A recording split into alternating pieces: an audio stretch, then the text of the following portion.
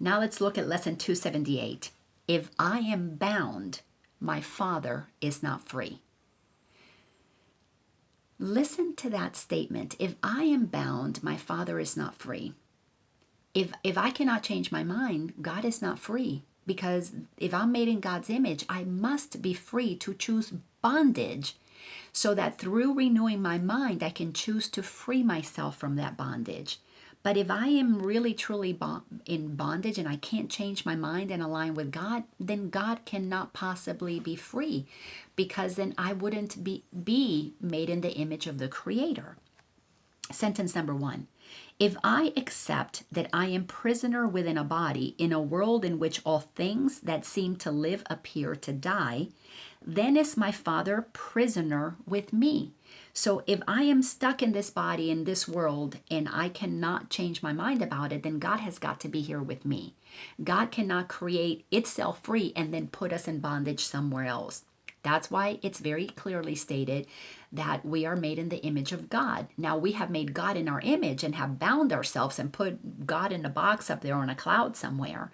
So we have created separation, we have created laws, because we're trying to make God in our image. But if we're made in God's image and God is free and infinite and forever expanding, and God is the presence of love, so are we. Sentence number 2. And this do I believe: when I maintain the laws the world obeys, must I obey. The frailties and the sins which I perceive are real and cannot be escaped. So if I believe that God is not free, I, of course, have bound myself, and I will never be able to free myself. If I am bound in any way, I do not know my Father nor myself. How clear is this? The course, we're in lesson 278, has been giving us lesson after lesson after lesson. I am not a body. I am free. I am still as God created me. So many lessons telling us I am the light. I am salvation. I am spirit. My purpose is happiness. Can you see how vast we are?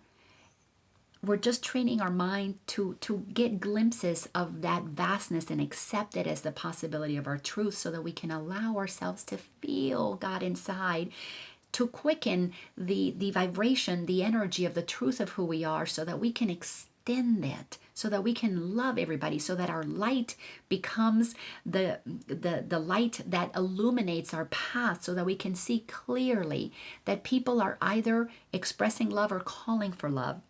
Everybody is living from the truth that they're free, or living inside of the illusion that they're in bondage. Our work is not to activate other people's suffering. It is to alleviate it by our compassion, by our commitment to not judge, because God doesn't judge. God let all of us do what we're doing, so that we can all choose when it's time for us to go home. Isn't this beautiful? Sentence number 4. And I am lost to all reality if I am believing that I am bound. Sentence 5. For truth is free, and what is bound is not a part of truth. And if the truth is that I'm created free, then it must be true that I am free. If I believe that I am bound, then I am not free, which means it cannot possibly be the truth, because the truth frees everything to be exactly as God created it. Paragraph 2. Father, I ask for nothing but the truth.